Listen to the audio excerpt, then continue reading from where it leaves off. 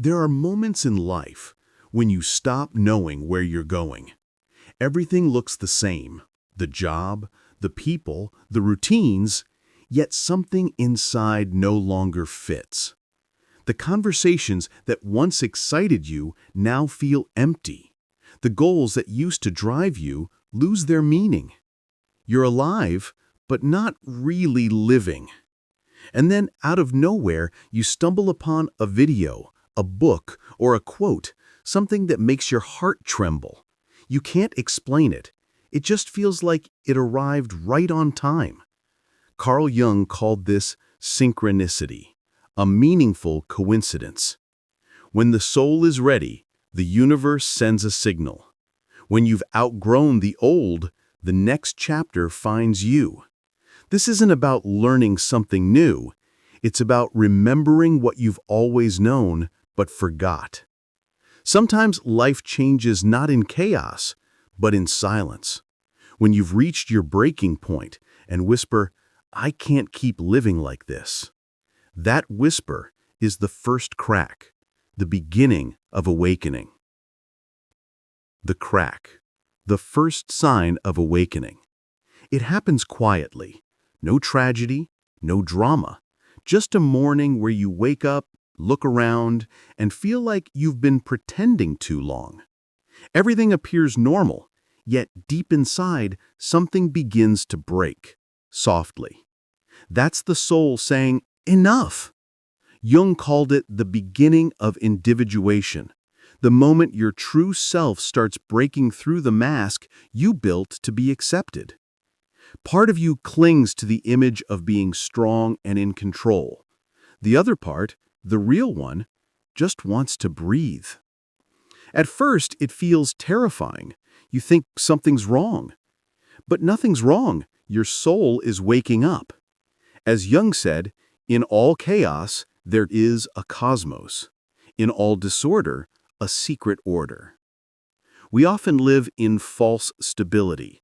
Safe jobs, polite routines, predictable days, while our inner life quietly suffocates. The crack isn't a collapse, it's truth being born. Like a seed, you must break before you grow. From the outside, it looks like falling apart. From within, it's life beginning. Most people try to cover the pain with work, love, or distractions. But the more you resist, the louder it becomes. Because what needs to be heard isn't out there. It's within. I once heard a woman say, "The day I stopped pretending to be strong was the day I truly began to live." That's what the crack does. It forces you inward, to meet the self beneath the mask. Jung wrote, "There is no coming to consciousness without pain.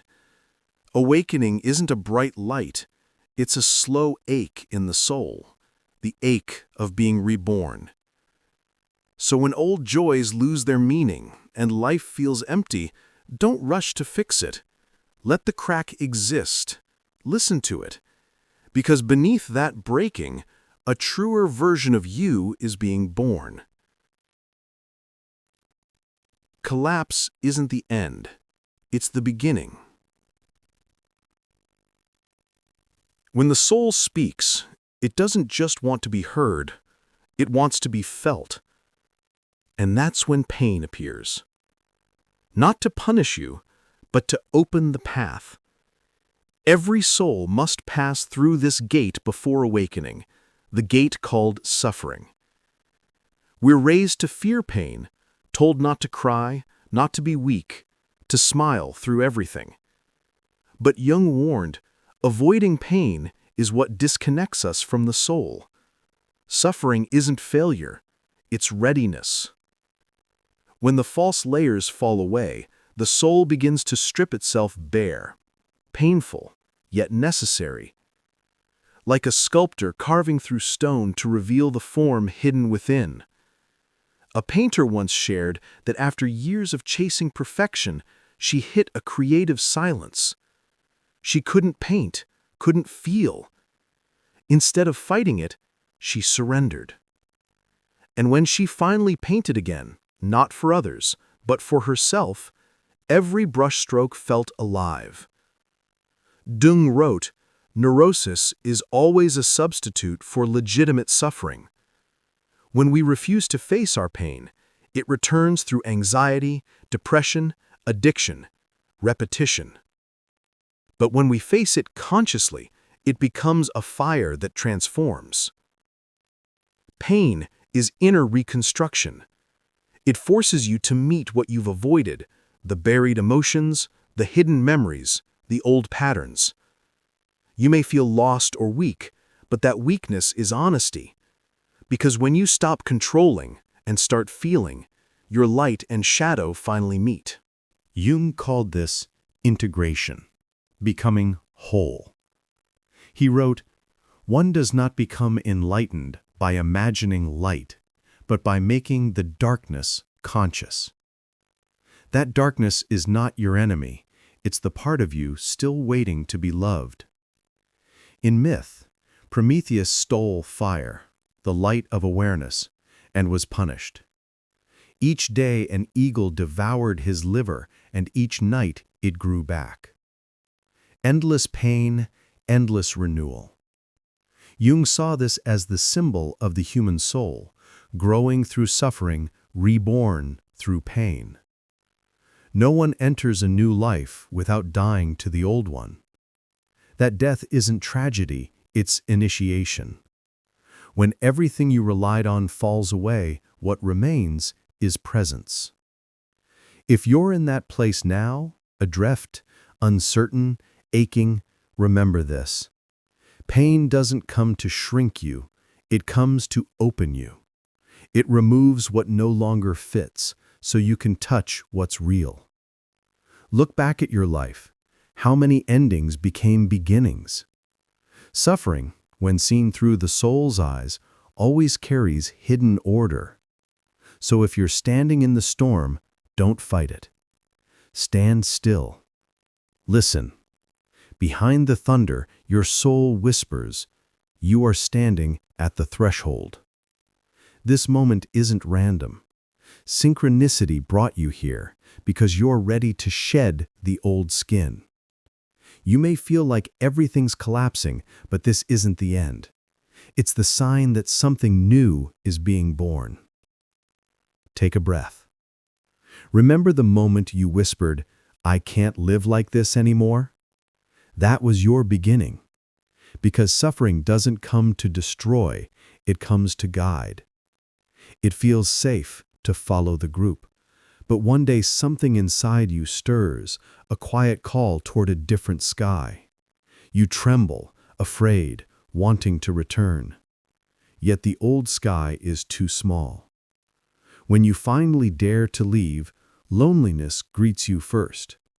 But that loneliness isn't punishment. It's the space your soul needs to expand. Jung called this the crisis of separation, the moment you realize you no longer fit into what once felt normal. You may feel lost, but that confusion is proof that individuality is forming.